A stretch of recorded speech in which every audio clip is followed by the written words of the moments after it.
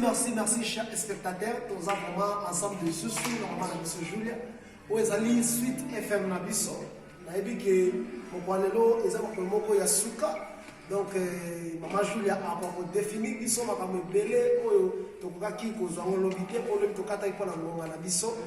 Tout ça, c'est ensemble là, maman Julia Nabiso. Et puis, merci pour qu'on appelle tous les spectateurs. Nous sommes ensemble.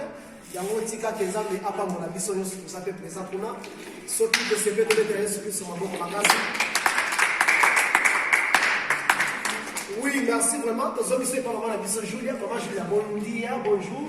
Bon dia, bonjour, shalom. Ah, bon dia, papa. Qui vient d'aller? Bonjour, shalom, bana nzambe, zabalola, apambola bino, alino na kombo na Yesu. Amen. Oui, maman Julia. L'obito zalaki vraiment ensemble awana yo to ka kosola pona lisolo moko zaki ya moi bien mais tellement mon saki muketo kaka kiamo na éviter ce qui le to continuer na Tes problèmes exacts, pourquoi pas?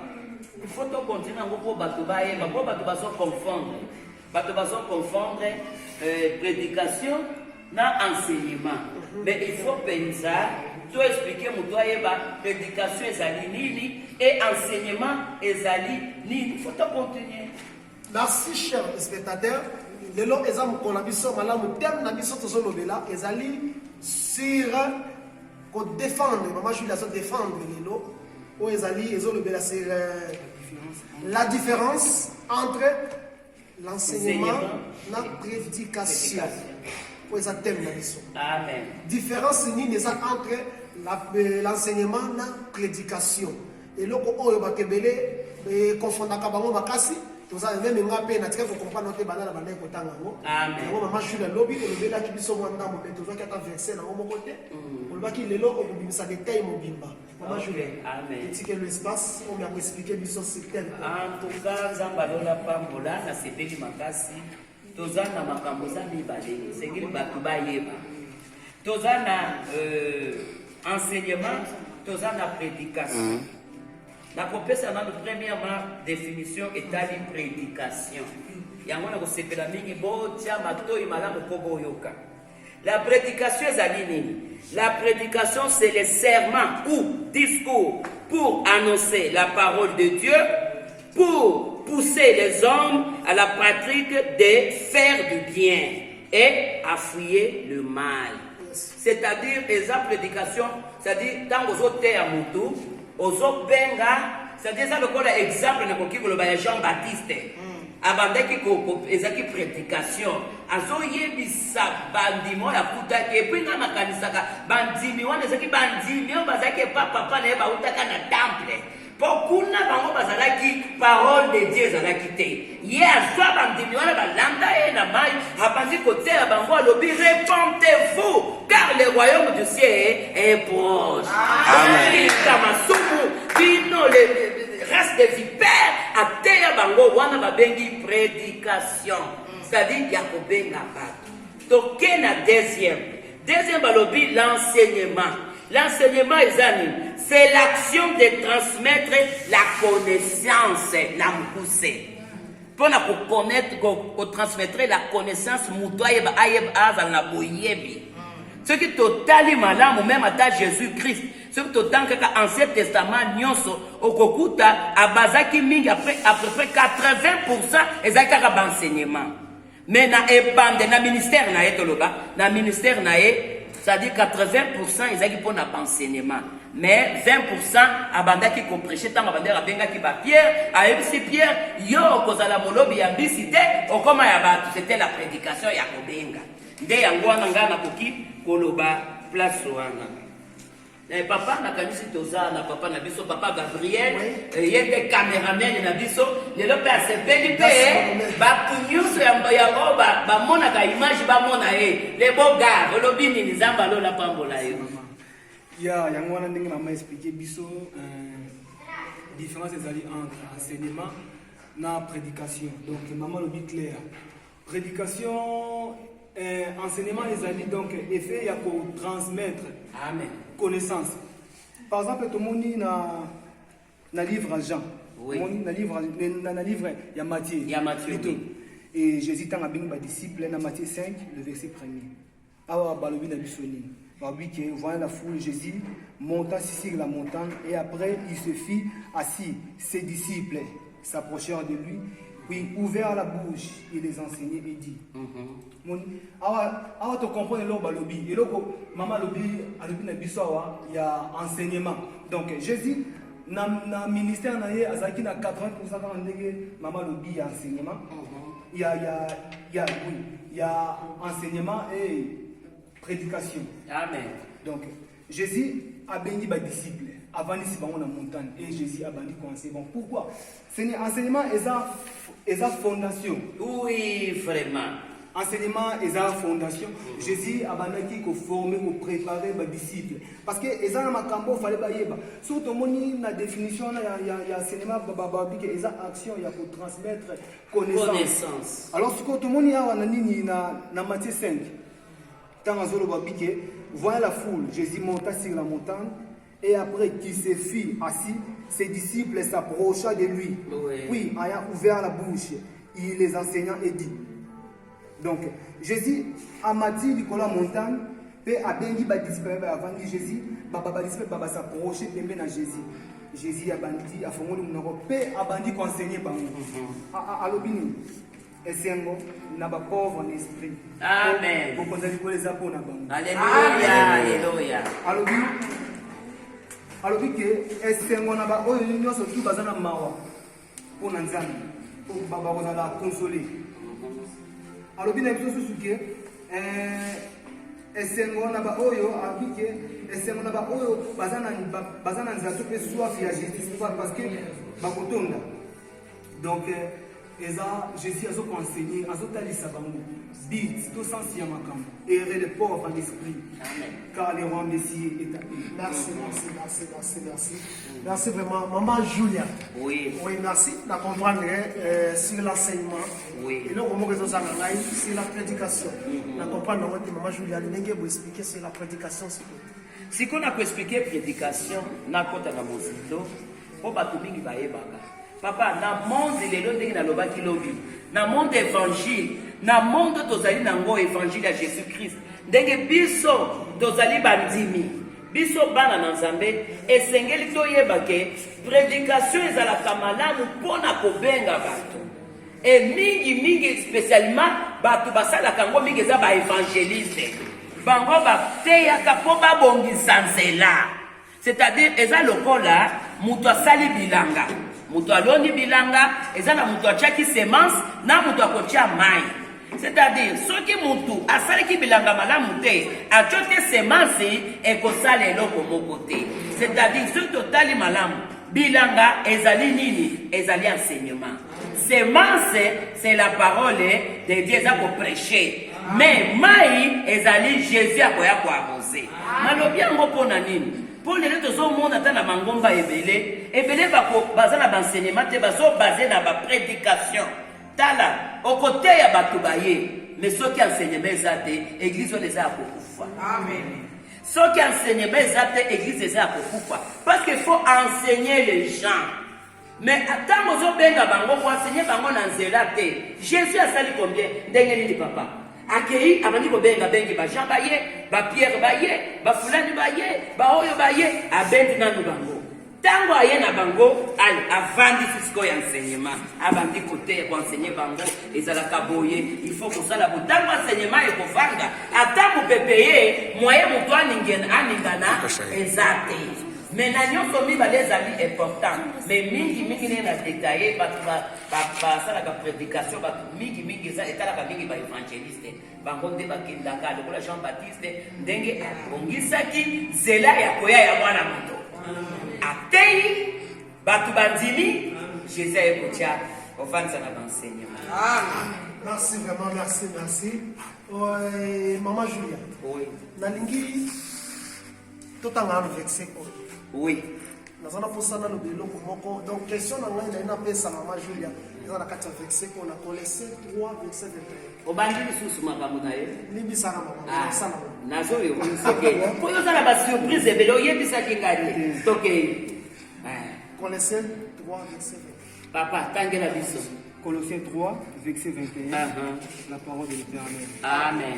Père, n'héritez pas pour vos enfants des pères qui ne se découragent. Père, n'héritez pas pour vos enfants des pères qui ne se découragent pas. Papa, pour payer sa banne à candidater, pour se décourager.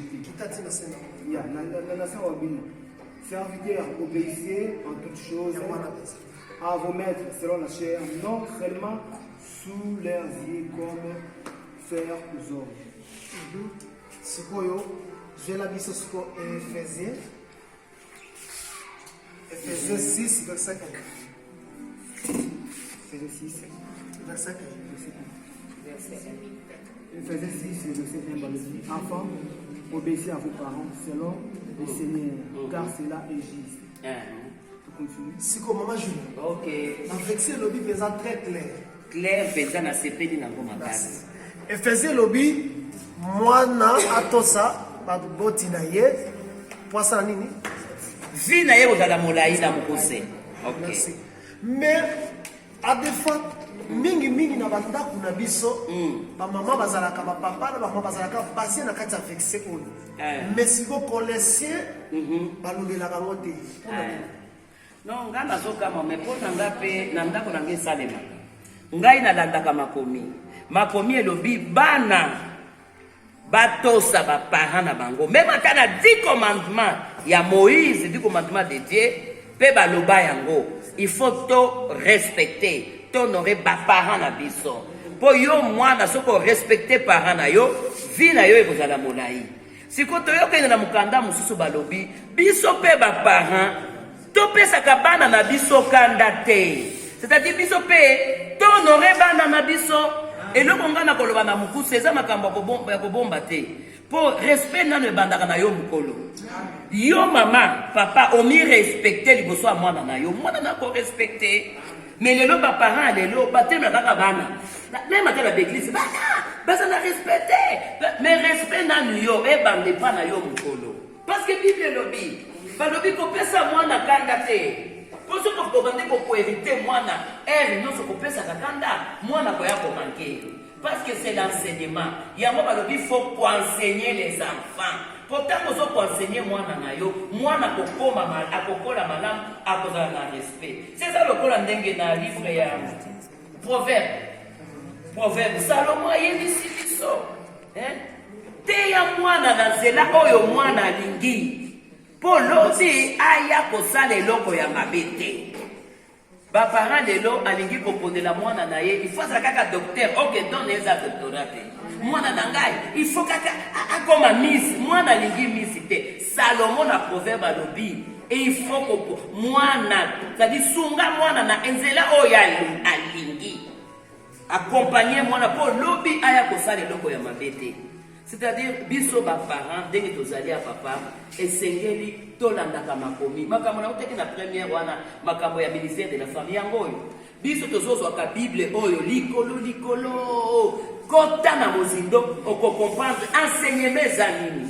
Eza makomi oyo evanda po evandisa foyer na yo, famille na yo, libala na yo. Il faut la enseigner. Tout comme pe na ndako ya Nzambe. Esengeli bana na Nzambe bazala enseigner. Enseigner bezaka lokolo monaka aliseso oyo obengaka fondation. Po ndako sans fondation et otonyango likolo ya zelo. Tango mopepe koya ndako ekoye.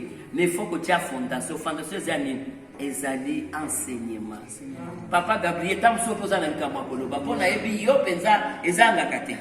Ya ngwana nde mama lobi soki tosali penza attention na makomama lobi ba vexé oyo ndeko pesi alobi que eza question mais ezaka question te eza pe réponse oui na makambo mama zoloba oui awa tozu na proverbe oui awa Salomo azopesa malakisi oto bengi enseignement na lopoto donc alobi que instruit l'enfant selon la voie qu'il doit suivre et quand il sera vieux il ne se détourne pas. Omoni eza ba malakisi apesi toli na ba parents landisa mwana na nzela oyo esengeli alanda po ntango akoma mokolo abima te eza baenseignement. Lorsque tout le monde a différence, il y a enseignement na prédication. Prédication, on a soulevé point. Au moins, Jean-Baptiste est un ayaki. Abandé pour prêcher. A gagné ba âme. A même bango nanzela ya solo. Parce que prédication dernier maman tangeli bisoa donc eza effet ya ko eza c'est amato ko annoncer. To ko annoncer bonne nouvelle ba tout pona ko tika nzela mabe ko landa nzela malamu. Eza Jean-Baptiste abandaki au sala. Aujourd'hui pareillement na Jésus. Jésus tanga bandaki ayebandaki dans liboso na évangélisation ou eza prédication. Oui, abandaki bongo. Tanga kei abengi Pierre yaka na osala pécheur des hommes. Voilà. Aki azu o aye, aki azu. Matthieu landanga. A gagné bango.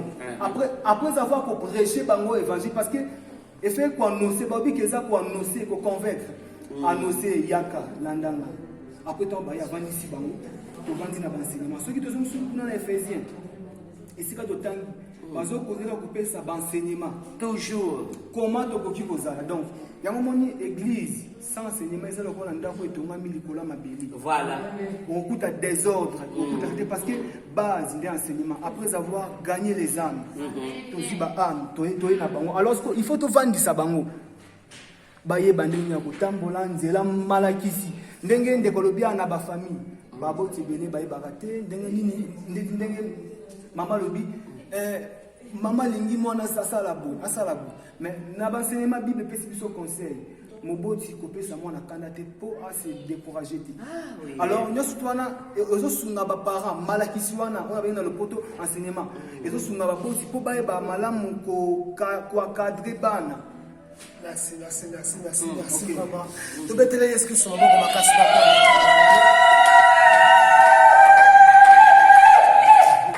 Merci vraiment, merci. Naza vraiment de sérum à casse na poalelo. Yango nazo pesa na mon père spirituel pasteur Daniel. Oh, ala papa spirituel, ala papa na molimo. Okoto nambala boni mais ozo ngane biso c'est mon père olingi. Papa so yiba ki night. Yiba wapi? Ndango ya botaka nga yoza laki. Ya maman la pesi papa la ngamote. La pesi pasteur John P. Bote, John Mukuna. Vraiment. Mon père maman la linga mingi vraiment. Wana na Londres, azaka ta Londres, la pesi wa bote sika za papa Mukuna. Et na pesi sous maman Maman Mujinga. Noëlla Mujinga bambote mingi vraiment makasi. Bisiko zali. Maman naza sukona motuna ya suka otozokata penza po tokomi na suka vraiment. Motuna wana penza ya makasi ko. Kaka na verset oyo ya Colossiens. Wow.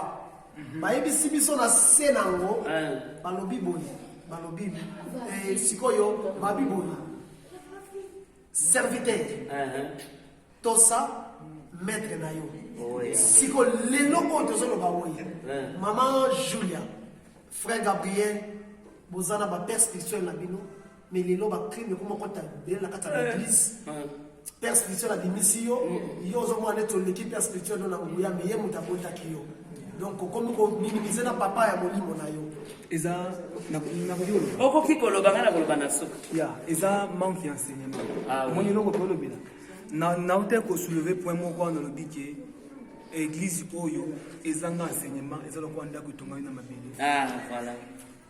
Tokuta ba problème ya lolengi na lolengi. Mwana o aza bien enseigné, affermi. Papa zaka toujours papa. Nandimite ndeko Diego tumwa kandongo zawana papa boti yo. Soka beti mbata yo pour hôtel mozongisa. Pourquoi ozana boyebi? Mwana o aza non enseigné, aza formé te, azaka bongo pe ba kena mfiki yango mo tolo bela importance d'enseignement. Olobi loko moko ke balobi ke maître olobi serviteur to sa maître na yo. Serviteur a to sa maître. Eza malakisi.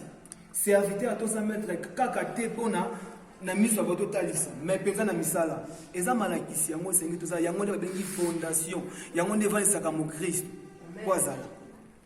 En tout cas, ya solo lobi makambo ya bien kozanga enseignement eza pasi mingi eza lokola mutu azotambola kufa misu mutu akusimba ye azade po oza na connaissance te na kanisi nazoloba makambo maintes fois oyebi mpona nini eza lokola exemple ngai leki oyo alandi ngai pasteur Ezekiel Mbongo aza pasteur ya responsable ya bonne semence na kati ya lopito pasteur Ezekiel ayambi Yesu liboso na nga mwana muke na 14 ans 15 ans na âge ya 17 ans azalaki déjà berger de l'église wana ngai naza na mokili nazomela masanga me abandeka kote ya luka Yesu tika bavi ozosala leki na nga na sofri a pasteur siko lelo oyo nakoli nzambe ye kobenga nga na kimokolo ye déjà aza na ba 30 et quelque tout ça nga na ye nsima na ye me ngai malgré aza leki na ngai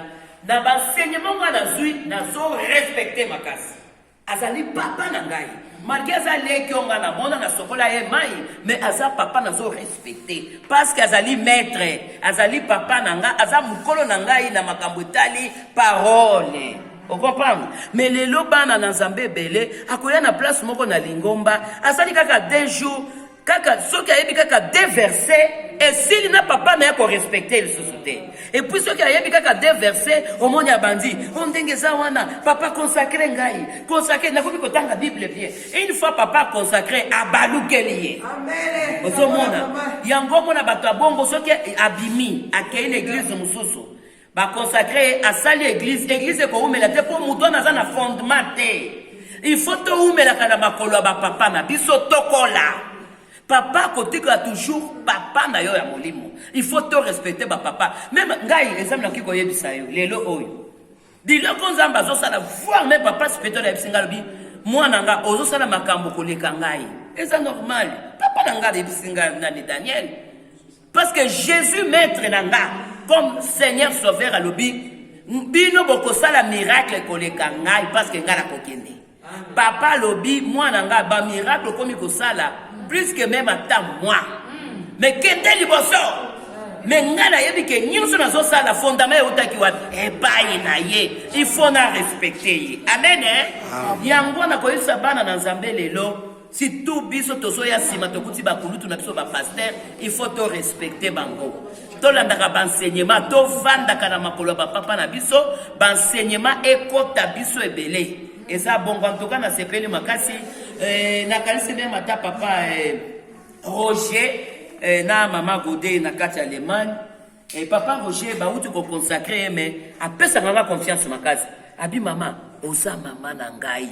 Mais nga pe na respecta kaite mais yazo respecter pour que tant tout ça ba kulutu na makambo etali ya Nzambe yango na kosenga en tout cas église il faut enseignement et vanda soki enseignement zate yango monaka libako toute famille libako o toute famille libako na kati église o mona église epanzani na makambo muke tant mususu oyo kaka o pasteur na bango bakangie na mwasi nga na mona papa